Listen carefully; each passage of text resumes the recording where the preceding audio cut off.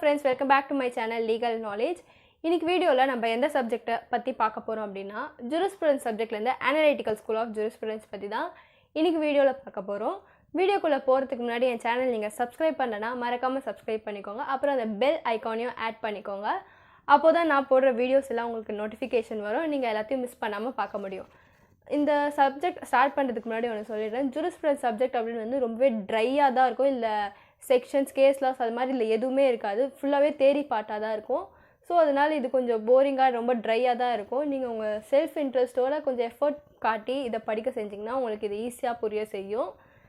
தென் இப்போ நம்ம video start பண்ணலாம். ஃபர்ஸ்ட் நம்ம அனலிட்டிக்கல் ஸ்கூல் ஆஃப் ஜூரிஸ்ப்ருடன்ஸ்னால் என்னன்னு பார்க்குறதுக்கு முன்னாடி ஜூரிஸ்ப்ருடன்ஸ்னால் என்ன, ஸ்கூல் ஆஃப் ஜூரிஸ்ப்ருடன்ஸ்னால் என்னன்றதை பார்த்துட்டு அதுக்கப்புறம் அனலிட்டிக்கல் ஸ்கூல் ஆஃப் ஜூரிஸ்ப்ருடன்ஸ் பற்றி பார்க்கலாம். ஜூரிஸ்ப்ருடன்ஸ் அப்படின்ற வேர்டை வந்து ஜூரிஸ்ப்ருடென்ஷியா அப்படின்ற வேர்ட்லேருந்து டிரைவ் பண்ணுறாங்க. இந்த ஜூரிஸ்ப்ருடென்ஷியாவை ரெண்டாக டிவைட் பண்ணுறாங்க.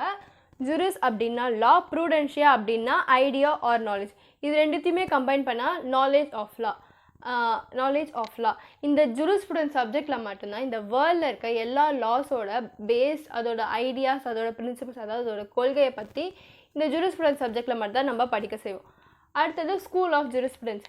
முன்னாடியே பார்த்தோம் ஜூரிஸ்ப்ருடன்ஸ் அப்படின்னா ஐடியா அப்படின்றது வந்து எல்லாருக்குமே ஒரே மாதிரி இருக்காது.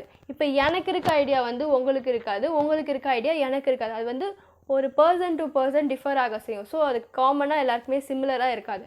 அதே மாதிரி தான் இந்த அதாவது இந்த லாவை பற்றின ஐடியா நாலேஜ் இருக்க பர்சனை தான் ஜூரிஸ்ட் அப்படின்னு சொல்லுவாங்க. அவங்களுக்கும் அது மாதிரி தான் லாவை பற்றி ஒரு டிஃப்ரெண்ட் ஐடியாஸ் இருந்தது. அந்த ஐடியாஸ் எல்லாம் தான் 3ஆக பிரிக்க செஞ்சாங்க. Analytical school and historical school, ethical school அப்படின்னு சொல்லி 3 ஸ்கூல்ஸாக பிரித்து நம்மளுக்கு எக்ஸ்பிளைன் பண்ண செய்கிறாங்க. இப்போ நம்ம அனலிட்டிக்கல் ஸ்கூல் ஆஃப் ஜூரிஸ்ப்ருடன்ஸ் பற்றி பார்க்கலாம். இதை ஏன் அனலிட்டிக்கல் ஸ்கூல் ஆஃப் ஜூரிஸ்ப்ருடன்ஸ் அப்படின்னு சொல்கிறாங்கன்னா, அனலிட்டிக்கல் அப்படின்றது அனலைஸ் பண்ணுறது, அதாவது லானா என்னன்றதை அனலைஸ் பண்ணுறது, அதாவது எக்ஸ்பிளைன் பண்ணி சொல்கிறதால இதை அனலிட்டிக்கல் ஸ்கூல் ஆஃப் ஜூரிஸ்ப்ருடன்ஸ் அப்படின்னு சொல்லி சொல்கிறாங்க.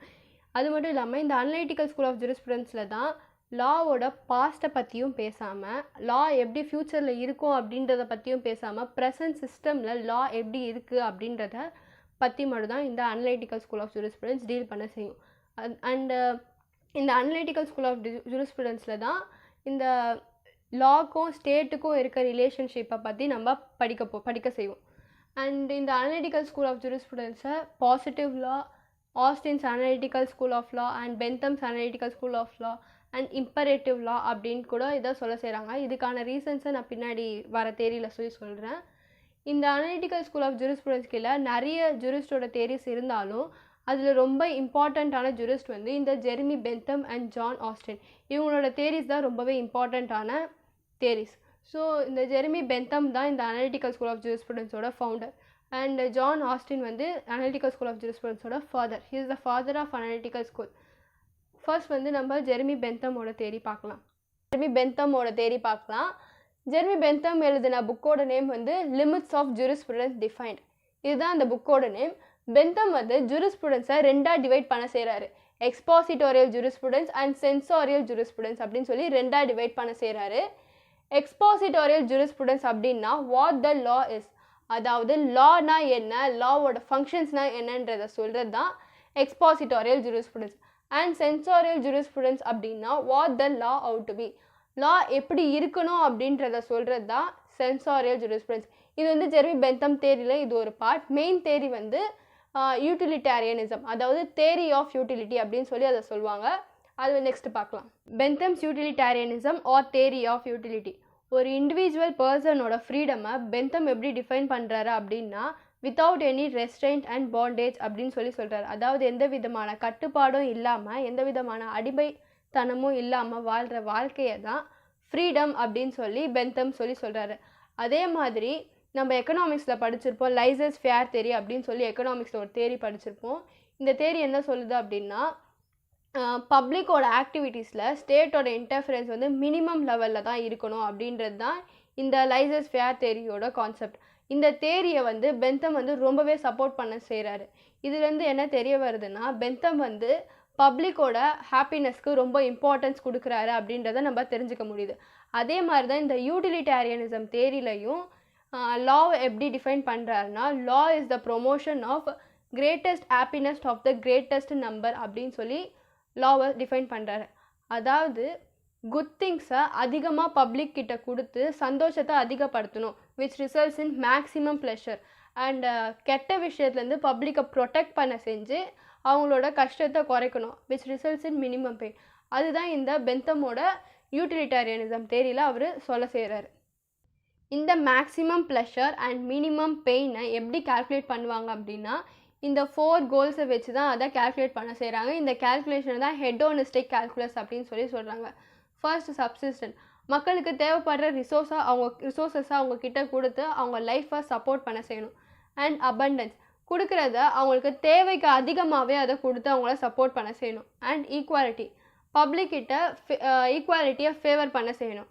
And fourth important thing security. என்னதான் இது எல்லாமே இருந்தாலும் செக்யூரிட்டி, பாதுகாப்புன்னு ஒன்று இருந்தால் தான் அவங்கக்கிட்ட ஹாப்பினஸ்ன்னு ஒன்று இருக்கும் செய்யும். So security is more important aspect.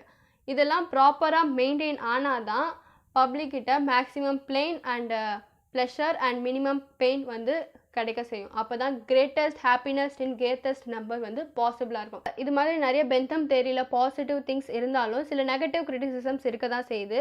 First criticism என்னென்னா, பெந்தம் வந்து லைசஸ் ஃபேர் தேரியை சப்போர்ட் பண்ணாரு அப்படின்னு சொல்லி பார்த்தோம்.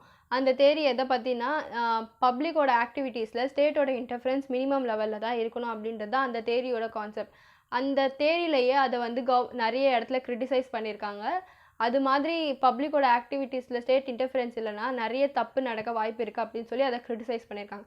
அதே மாதிரி இந்த தேரியிலையும் அதை கிரிட்டிசைஸ் பண்ணியிருக்காங்க. அண்ட் ரெண்டாவது விஷயம் வந்து, இந்த மேக்ஸிமம் பிளெயின் அண்ட் மினிமம் ப்ளஷரை மட்டுமே வச்சு லான்னு சொல்லிட முடியாது அப்படின்றத இதை கிரிட்டிசைஸ் பண்ணியிருக்காங்க. அண்ட் மூணாவது விஷயம் என்னென்னா, மொத்த பப்ளிக்கோட ஹாப்பினஸ்க்கு கான்சன்ட்ரேஷன் பண்ணி ஒரு இண்டிவிஜுவல் பர்சனோட ஹாப்பினஸுக்கு கான்சன்ட்ரேட் பண்ண பெந்தம் ஃபெயில் ஆகிட்டாரு அப்படின்னு சொல்லி ஃப்ரைட்மேன் அப்படின்றவர் வந்து கிரிட்டிசைஸ் பண்ணியிருக்காரு. பெந்தம் தேரி பார்த்தாச்சு. இப்போ ஜான் ஆஸ்டினோட தேரி பார்க்கலாம். ஜான் ஆஸ்டினோட தேரியை தான் positive law, theory of legal positivism and imperative law அப்படின்னு சொல்லி சொல்கிறாங்க. பாசிட்டிவ் லா அப்படின்னா, ஒரு பப்ளிக்கோட ரைட்ஸை ப்ரொடெக்ட் பண்ணுறதுக்கு கவர்மெண்ட் க்ரியேட் பண்ணுற லாவை தான் பாசிட்டிவ் லா அப்படின்னு சொல்லுவாங்க. ஸோ இந்த ஜான் ஆஸ்டினோட தேரியும் அதோட பேசிஸில் இருக்கிறதால இதையும் பாசிட்டிவ் லா அப்படின்னு சொல்கிறாங்க. அண்ட் இப்போ வந்து ஜான் ஆஸ்டின் லாவை எப்படி டிஃபைன் பண்ணுறாரு அப்படின்றது பார்க்கலாம். லான்றது வந்து சாவரின் கமாண்ட், டியூட்டி, சாங்ஷன் அப்படின்னு சொல்லி டிஃபைன் பண்ணுறாரு. சாவரின், சுப்ரீம் பவரில் இருக்க பர்சன் கொடுக்குற கமாண்டை பப்ளிக் வந்து ஜென்ரல் பப்ளிக் வந்து அது அவங்களோட டியூட்டியாக எடுத்துகிட்டு ஃபாலோ பண்ணணும். அப்படி அவங்க ஃபாலோ பண்ண தவறிட்டாங்க அப்படின்னா அவங்களுக்கு சாங்ஷன் கிடைக்கும், அதாவது பனிஷ்மெண்ட் கிடைக்கும். அதுதான் லா அப்படின்னு சொல்லி ஆஸ்டின் டிஃபைன் பண்ணுறாரு. இன்னொரு வாட்டி சொல்கிறேன். சுப்ரீம் பவர், அதாவது ஹையர் பவரில் இருக்க ஒரு சிட்டிசன், ஒரு காமன் பர்சன், ஹையர் பவரில் இருக்க ஒரு காமன் பர்சன் வந்து இன்னொரு காமன் பர்சனுக்கு வந்து எந்த பவரும் இல்லாத காமன் பர்சனுக்கு வந்து கொடுக்குற கமாண்ட், அதாவது ஆர்டராக அவன் வந்து அவனோட டியூட்டியாக எடுத்துகிட்டு ஃபாலோ பண்ணணும். அப்படி அந்த நார்மல் பர்சன் வந்து ஃபாலோ பண்ண தவறிட்டான் அப்படின்னா அவனுக்கு வந்து பனிஷ்மெண்ட் கிடைக்கும். ஸோ அதுதான் லா அப்படின்னு சொல்கிறாங்க. இந்த சுப்ரீம் பவரில் இருக்க இந்த சாவரினிட்டி அப்படின்றவங்க வந்து அவன் என்ன வேணாலுமே பண்ணலாம், அவன்கிட்ட வந்து எல்லா பவரும் இருக்குது அப்படின்னு சொல்லி ஜான் ஆஸ்டின் வந்து டிஃபைன் பண்ணியிருக்காரு. கொடுக்குற எல்லா கமாண்டுமே லாவாக இன்க்ளூட் பண்ணிக்க மாட்டாங்க. அதில் சில எக்ஸப்ஷன்ஸும் இருக்குது. ஸோ ஃபர்ஸ்ட் எக்ஸப்ஷன் என்னென்னா டிக்ளரேட்டரி அண்ட் எக்ஸ்பிளனேட்டரி.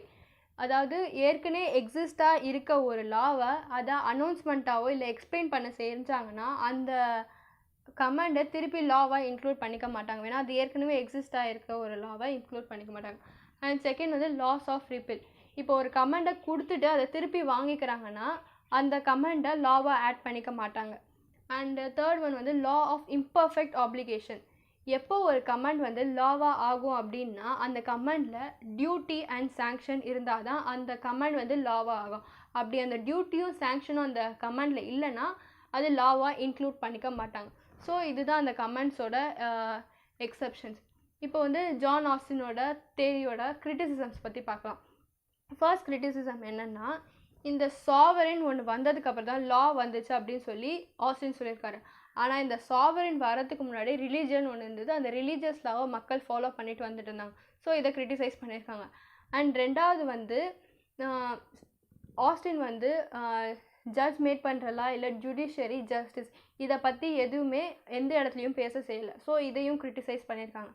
அண்ட் மூணாவது வந்து மக்களுக்கு கொடுக்குற ரைட்ஸை கூட ஆஸ்டின் வந்து ஆர்டராக தான் சொல்லியிருக்காரு, அதாவது கமாண்டாக தான் சொல்லியிருக்காரு.